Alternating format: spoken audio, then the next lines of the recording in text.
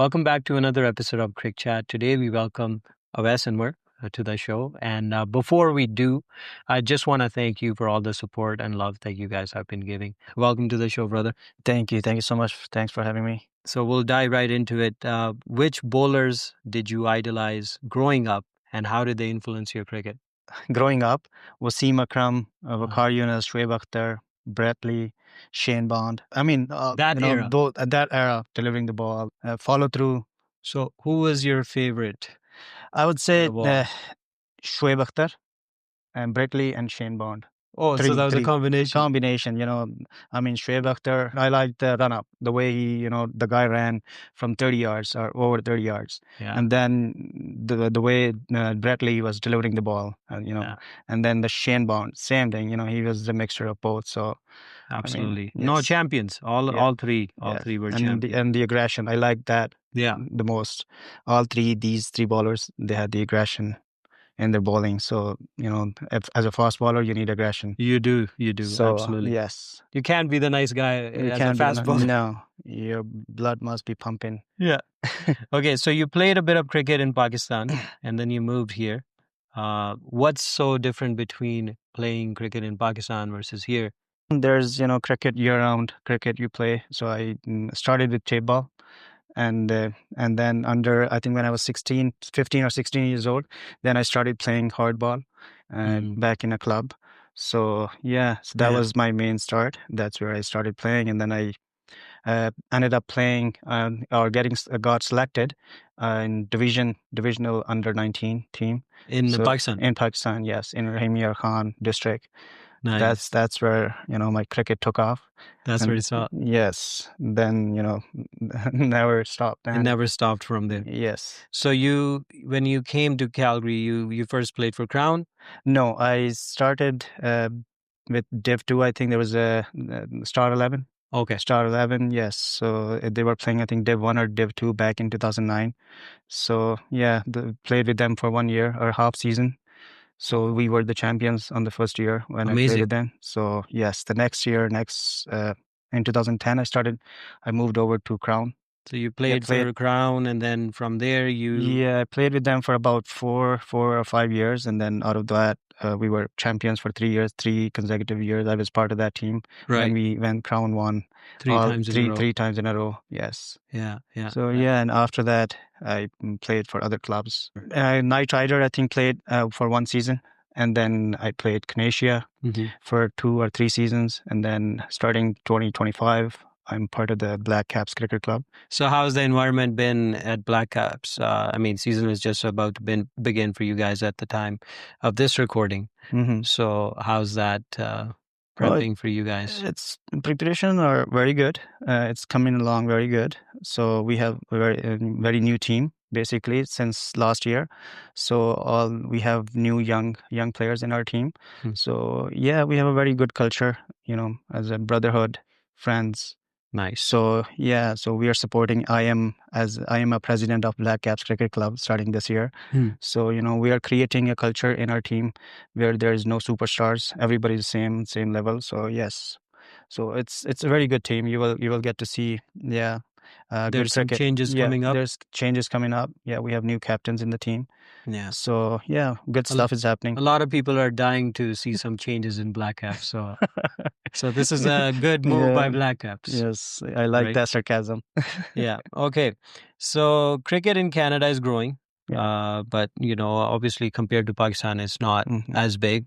And some could argue otherwise that Pakistan cricket is going down, and so is the passion for the players, and everybody who's the youngsters in Pakistan, their passion is going down as well. But what do you think we should do to make sure that our game continues to improve in Canada? The cricket starts from grassroots, right? So you have to develop academies, grow your cricket starting from school level. So if you have coaches which they can donate their time, or the schools can hire coaches and at school level. So if you start your cricket and then have competition, healthy competitions, amongst the schools, and then same kids grow up and then ends up playing, for the clubs and stuff.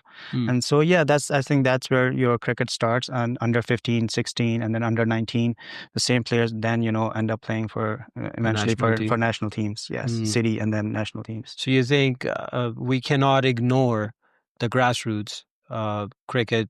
If we end up ignoring, it's going to trickle down to all the other levels, and it's going to affect all the levels. Exactly. Yes, I think that's where if we talk about back homes, that's where the kids start playing cricket, right? And when they're young, and then they play in their streets, in their schools, in the mohallas, basically. Right. So that's everybody starts playing cricket, and then they get their inspiration from their heroes, right? So in back home, like I said earlier, growing up, I had heroes, right?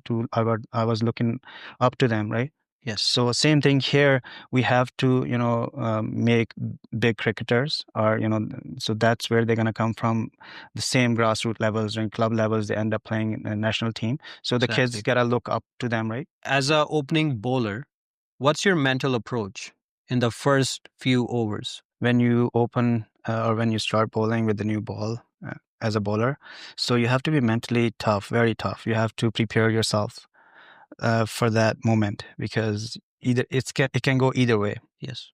So yeah, I always prepare myself, get myself ready, do my workouts, and then mark my run up, and then just as soon as I walk inside the boundary, just game mode is on, and then I don't know what's happening outside. Then I just concentrate, and then I read the batsman. Yeah, so what the batsman is doing, so I always have to just be one step ahead. So that's what my main focus is when I go inside the rope. When you're not bowling, when you're fielding, so yes, obviously you have to read the batsman, what they're doing, what they're trying to accomplish. So same thing, you can go up to your other bowlers who they're bowling from the other end, so you can let them know, give them an advice if you read them. So yeah, it's always helpful. Yeah, it's always helpful. We always talk about the batting partnerships. Can you tell me how important is bowling partnerships? No, 100%. 100% bowling partnership is very important. I always had, good bowlers, bowling partnerships since I moved here in Calgary. So yes, I always, I cherish those moments. Yeah. When, yeah, I just remember a few bowlers, I used to bowl. I don't know if I should name them. Who's your favorite dream opening bowler partner, since we are just talking about that? I mean, I don't know if I should say dream bowling partner, but there were few bowling partners which they used to bowl from the other side, and I used to bowl on one end. So yeah, I mean, I used to bowl with Ahmed Mirza. He was lefty, I was righty, so he was. That's a good combo. Yeah, that, and then Khurram Tahir, and then him. I used to bowl in Crown with him, so it was really good. And then these days, from last couple of years, my bowling partner is Navi Parmar. Oh. So yes, I do outswing. I have a natural outswing. Yeah. So he brings the ball in. Okay. So yes, it helps the team, from both ends. Variation is there for the batsmen. Yeah. Yeah. No, that's amazing. Do you remember any other bowlers that you bowled with in Crown? Yeah, they were very good bowlers. Yavar, KB. Yes, Yavar, KB, and then there was other bigger bowlers, superstars came from overseas and back home. So yeah, they were good bowlers, but I always, so you bowled with Tahir Mughal then? Yes, I did. I bowled him as a batter too. So he was batting and I was bowling, and out swinging with the first change, and he was having hard time, but he was a big player. Okay, Vasbhay, tell me, what is your most memorable match you played, and what made it special from the bowling perspective? There are few of them. I don't exactly remember, but there are a few of them. So I don't know, for some reason, whenever I bowl against United, I ended up fired up. I fired up. I don't know, for some reason. So I don't know. Yeah, I think there were a few matches that everybody else was getting big hits all over the place, but when I come I just get them out, and they're through 2, 3, 4 wickets, like quick wickets. So yeah, then I mean, I like like playing against United? I like challenges because they're always good team. Always United always had a good team. Yeah. Young players, so yeah, they give you a hard time.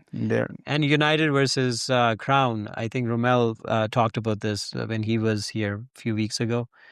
Rivalry was like India versus Pakistan. 100%. The evolution of T20 cricket.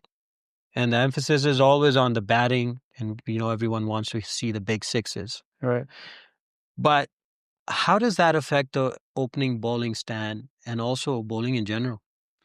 Yeah, I mean, it's very hard as a bowler in T20 because batters they just come to hit. They just want to hit. They just want to hit you all over the place from the get go, from the ball one. Look at what's happening in IPL. Exactly. Batters have bigger bats these days, and then as a bowler, you only can bowl one short ball. So it's very hard for the bowlers, but you have to, like I said earlier, you have to be mentally very strong. You got to know what you're doing, right? Otherwise, there's spinners these days, they're bowling with the new ball. But if you wanna keep your spot as a new bowler or as an opening bowler, so you have to be good. So yeah, and you have to read your batter who you're bowling to, right? And their weaknesses, and then you have to use variations because if you just do fast bowling and then just outswing, it's not gonna help you. So you have to use variations. If you could watch any cricket match from history live in person, which one would it be? That'd be India versus Pakistan when Shahid Afridi hit those sixes. 6 sixes? And no, it wasn't 6 sixes. I think it was 2 or 3 sixes. And then he ended up... was it against Ashwin? Yes, that match, exactly. You know what I'm talking about. Okay, yeah. Yeah, yes, I think it was in India, I think it was in India, and then one of the sixes, I think the last six he hit, it looked like it's not going to cross the boundary. Yeah. But somehow, and it did. I remember that YouTube clip where Ashwin's face, and he does this, like, he can't believe. I remember that. Yes. Okay. What's the most unusual food combination you secretly enjoy?